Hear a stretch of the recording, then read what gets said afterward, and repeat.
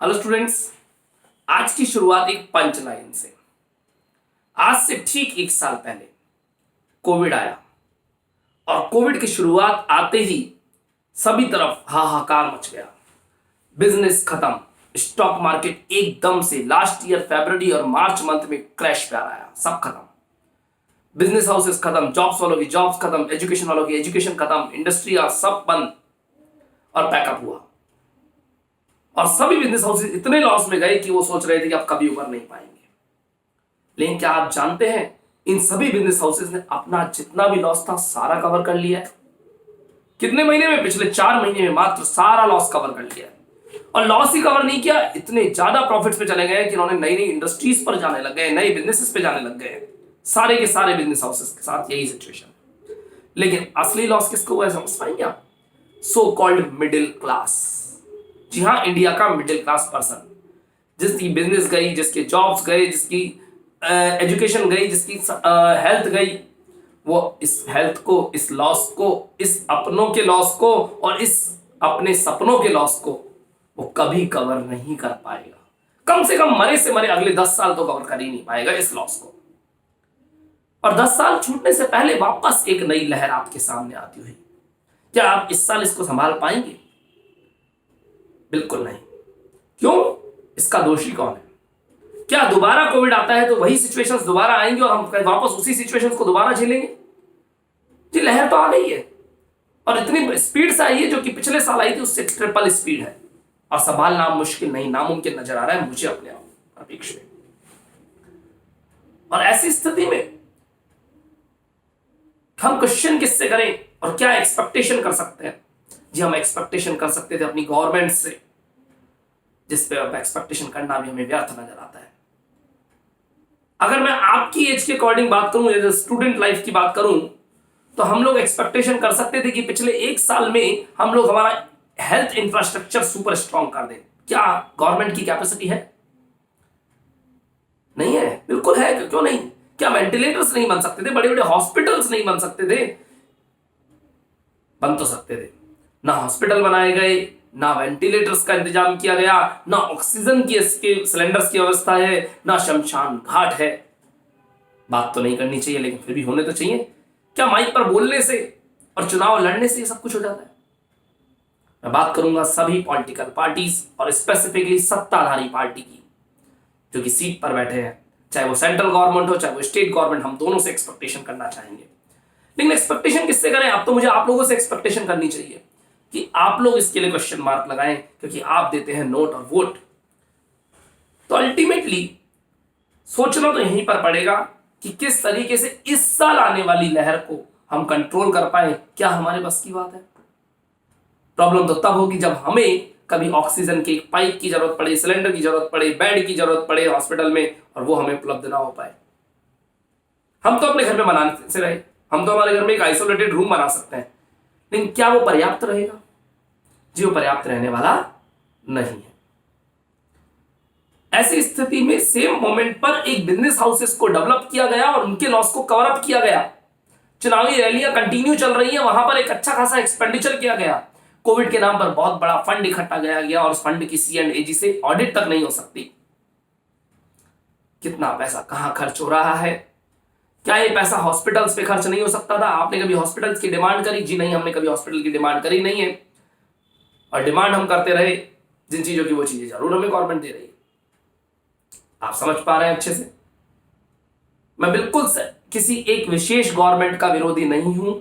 मैं विरोध कर रहा हूं, मैं अपना आप एक रिएक्शन दे रहा हूं। किसके लिए? जो चीज मुझे चाहिए उसके लिए। और मेरे को रिक्वायरमेंट है कि हमारी इंडस्ट्रीज बंद ना हो, हमारी रोजी रोटी ना छिने, हमारा बिजनेस क्लोज ना हो, हमारे जॉब्स ना जाए और हमारा हेल्थ सिस्टम मेंटेन रहे और साथ ही साथ हमारी एजुकेशन, नॉलेज और स्किल्स बढ़ती रहे।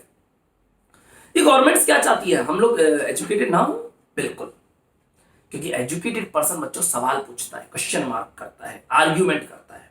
सोचिए जरा, अपने घर में एक पर्सन अनएजुकेटेड है और एक एजुकेटेड है। अनएजुकेटेड पर्सन मुंह पे उंगली लगा के चुपचाप बात को सुनता है और जो कहा जाता है उसको मान लेता है।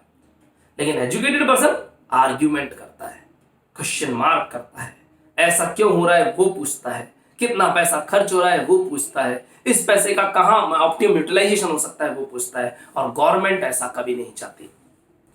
जिस तरीके से हमारे घर में हमारे पेरेंट्स हैं, वैसे ही हमारे देश में हमारी गवर्नमेंट्स हैं, हमारी स्टेट में हमारी गवर्नमेंट्स हैं। और ये गवर्नमेंट्स कभी नहीं चाहती कि पर्सन एजुकेटेड हो, क्योंकि एजुकेटेड पर्सन उनसे पूछेगा क्वेश्चन, भैया मैंने पैसा दिया है, मैंने वोट दिया और नोट दिया है, उसका जवाब दीजिए, क्यों नहीं दे रहे उसका जवाब? उसका जवाब तो हमें चाहिए।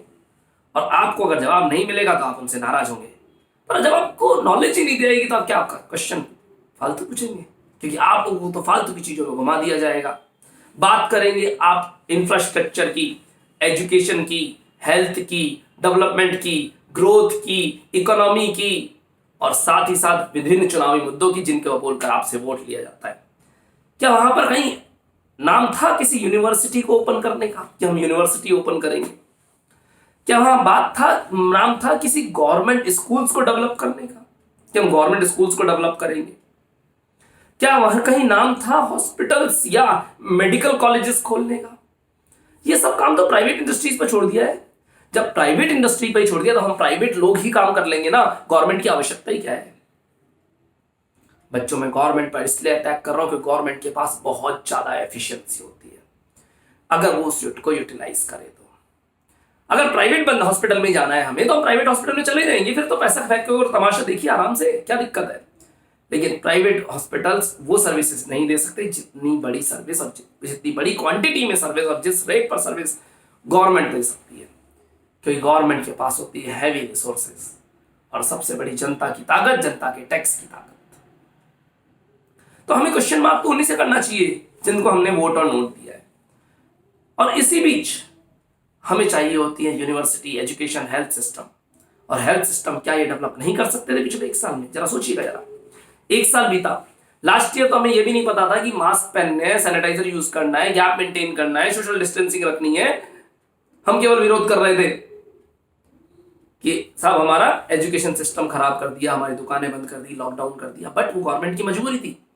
गवर्नमेंट सोशल डिस्टेंसिंग की चेन, सोशल डिस्टेंसिंग मेंटेन करते हुए कोविड की चेन को तोड़ना चाहती थी, बट वो चेन टूटी।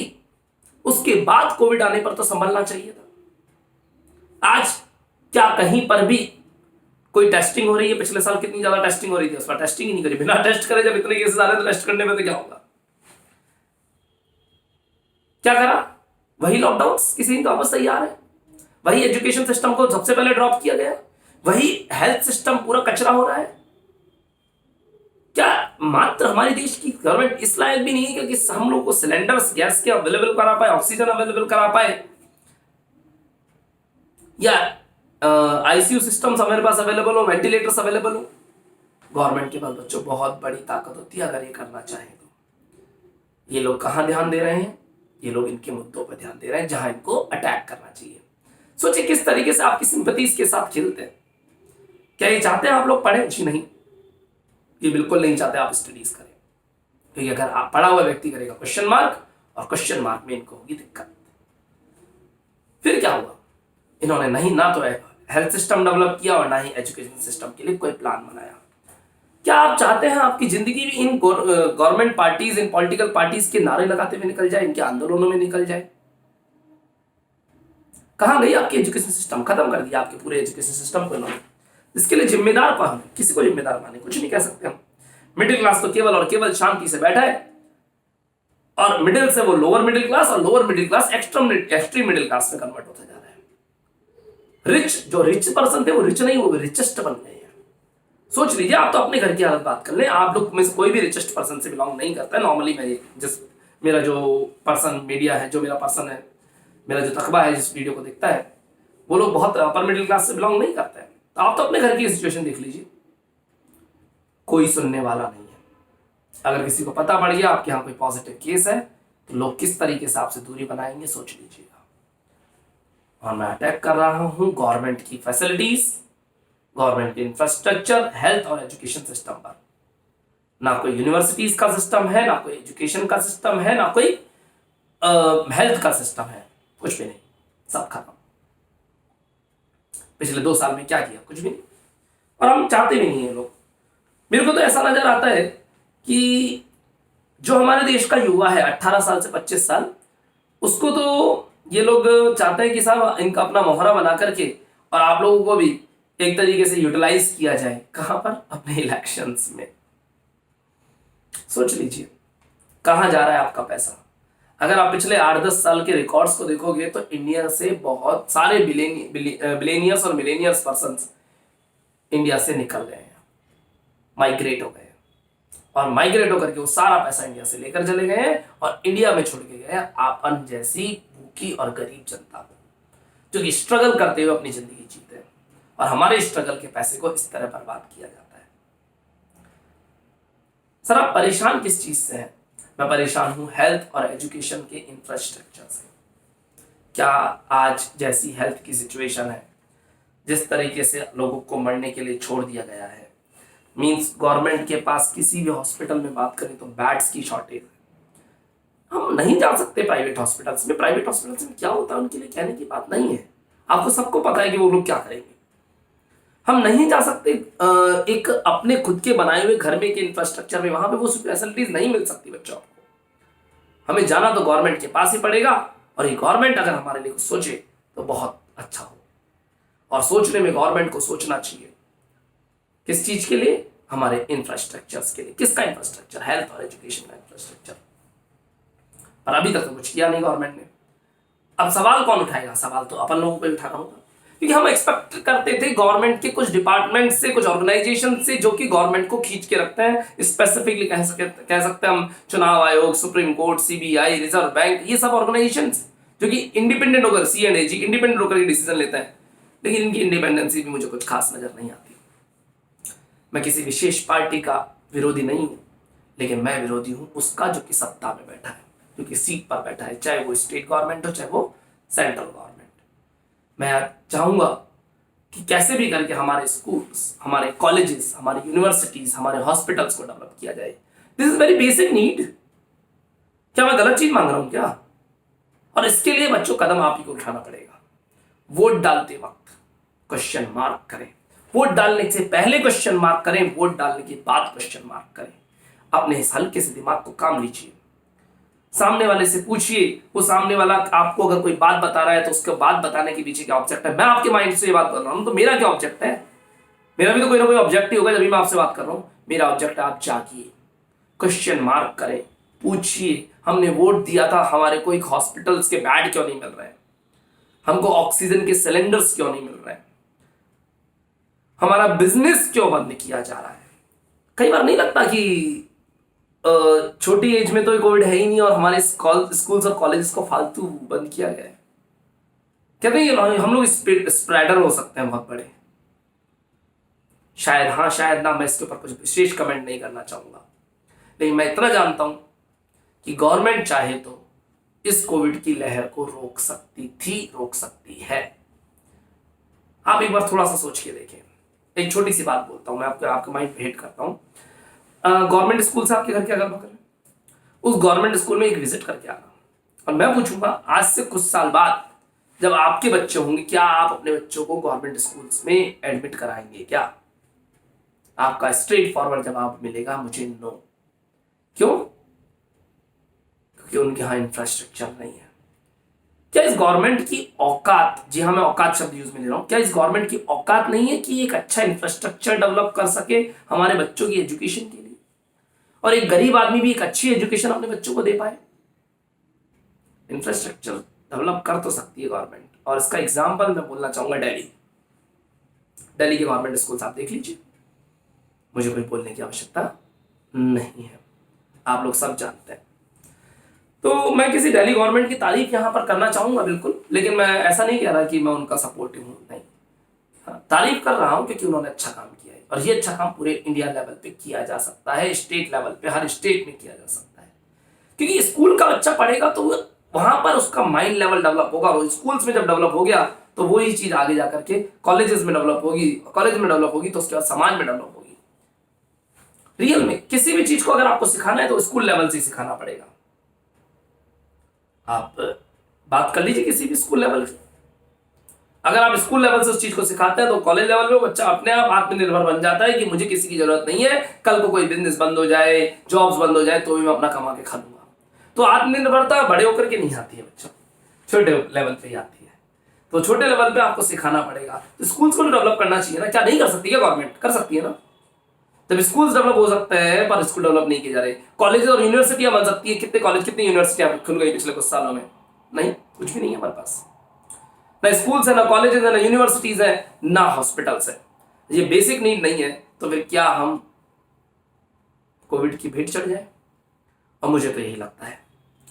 स्टूडेंट्स, मैं अपनी बात को इतना ही कहकर अंत करना चाहूंगा कि आप लोग समझदार हैं, अपने डिसीजन खुद लें, सामने वाले से क्वेश्चन करें और एक ब्रिलियंट नागरिक का रोल प्ले करें। क्योंकि बिजनेस आपके भी बंद होंगे, दुकानें आपकी भी बंद होंगी, जॉब आपकी भी जाएगी और इनसिक्योरिटी आपकी भी आएगी। सोचिए कितना अनएम्प्लॉयमेंट बढ़ेगा जो जिसको फेस आपको करना है इन फ्यूचर में। सोचिए पिछले 2-1.5 साल 1 साल में हम कितना कमाते जिसका हम लॉस कर चुके हैं, और ये लॉस कभी रिकवर होने वाला नहीं है। जबकि अदर बिजनेस हाउसेज ने रिकवर किया और अर्निंग करी और अपना बिजनेस अच्छे से चला रहे, पर अब वेट हम ही चढ़े। तो स्टूडेंट्स, मैं इतना ही बोल के अपनी बात को अंत करूंगा, एंड करूंगा कि सोचिए, समझिए और अपनी बात को समाज के सभी पक्षों के सामने रखें, सोसाइटी में रखें, ताकि लोग जागरूक बने, समझ पाएं और गवर्नमेंट के खेल से बच पाएं और अपनी हेल्थ का ध्यान रखें। Stay home, stay safe. Thank you.